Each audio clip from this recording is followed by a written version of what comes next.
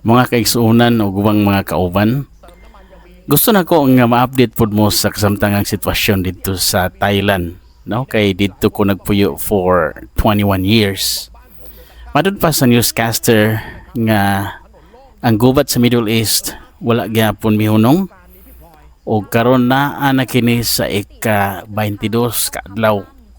So tungod niini kusog kaayong epekto sa presyo sa enerhiya, labi na sa gasolina. Dito sa Thailand makita yun nato ang realidad, no? Ang mga tao naglinya og taas kaayo sa gasolinahan. Ang uban makapalit apan daghan usab ang dili. Nay mga tao nga maglinya alas 6 sa gabi, unya maghulat hangtod sa alas 4 sa buntag, padlong sa alas 5 sa buntag. Pero sahay dili gihapon sila makapalit og gasolina. Ug matud pa sa newscaster, karong mga panahon na daghang lugar nga naapektuhan sama sa Nakhon Pathom province ug uban pang probinsya. Busa mangutana ko unsa kaha ang kahimtang sa inyong lugar karon? Aduna ba'y gasolina or unsa na kamahal ang presyo? Kay dito sa Thailand klaro nga naglisod na ang mga Thai, no? Sa ubang lugar dito sama sa Angtong province nagsugod na gyud og kakulang. Ang uban nag-ingon nga 91 nga klase sa gasolina na lang ang nahibilin, no? Kay dito sa Thailand magod na ay gitawag lag 91 ay 95 ug na ay diesel, no? So makapangunahuna pud ta kay Songkran Festival na ra ba didto, no? Ang Songkran Festival New Year na sa Thailand, no? So kasagaran daghang mga tao nga magbiyahe mouli sa ilang kaugalingong probinsya. So karon murag mingaw ang dalan siguro, no?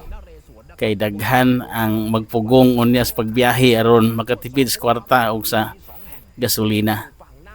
Bisan ang pamasahe sa pampubliko dito ni taas na pud, no? Ni sakasad. Ug base sa among nakita, no? Posibleng musaka pa gyud ang presyo karong Abril. Sa Camping Sen province ug sa Nakhon Pathom province, nakita nato ang taas kay nga linya sa sakyanan nga moabot halos sa 1 ka kilometro. Ang tanan naghulat lang para sa diesel, no? O gasolina. Usahay tungod sa kadugay sa hulat, adunay tensyon. Naay magsingit, naay maglalis. Di ra ba ingani mga tayo kinaiya, no? Relax sa gina sila ba? Ang mga empleyado sa gasolinahan mismo naapektuhan pud sila, no?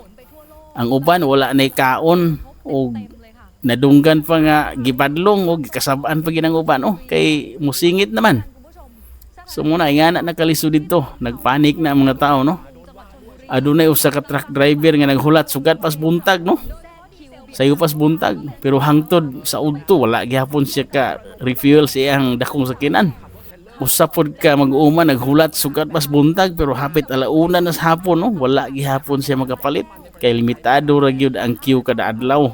So mas grabe ning epekto sa mag-uuma nga nagdepende sa gasolina para sa ilang panginabuhi, no? Ang usa ka fish farmer miingon nga kung dili siya makakuha og gasolina para sa iyang makina, mamatay iyang mga isda. So nagpasabot nga dako kaayo ang mahimong kawad-on, no? Og epekto nining global nga crisis karon. So mao ni ang realidad nga ato nakita, no? Sa kada adlaw sa Thailand karon. Dunay taas nga linya o kakulangon sa gasolina ditong dapita. Sa ubang lugar sa mas Pitsanulok ang linya maabot sa 5 ka kilometro ang kataas igsoon. Ang uban moadto pag-aanis gasolinahan alas 8 sa gabi sa miaging adlaw para lang makasiguro nga makapalit sa buntag. Grabe. Sa Chonburi, no? Province, ang ubang gasolinahan dali na kaayo mahutdan. Ningon ang mga tagdumala nga walay hoarding. Pero nahurot lang gyud ilang supply. O maghulat pa sila sunod nga delivery karong Abril 1. Maong nga gipugos sila nga magbutang og limit sa sakyanan, no? Ang sakyanan nga pribado dito dunay limit, no? 500 to 700 baht lang ang pwede nila matubil. Ug ang truck gadagko ug mag-uuma makatubil lang sila mga 1,500 to 3,000 baht, no? Tungod nini ang ubang tao na pugos na gyud og undang sa trabaho o mag-leave lang para mangita og gasolina. So grabe naging kalisod ang Thailand karon, no? So dili na ni ordinaryo ang napiktuhan no ng mga tao. Apil na po ang rescue team no, mga hospital o pampublikong transportasyon dito. Ang ubang serbisyo gilimit na lang sa emergency cases tungod sa kakulang sa mga gasolina dito. So ato makita no nga ang sitwasyon no, nakaapekto gyud sa ato tanan karon no. Kini dili lang problema sa Thailand no, kundi usa ka global nga issue nga posibleng ma-experience usab sa daghan pang mga nasod no. So busa kinahanglan nga mag-amping ta o mangandam ta nga espirituhanon nga pagpangandam o magtinabangay ta no o maginampuay ta sa usa no. Salamat kayo o God bless you all.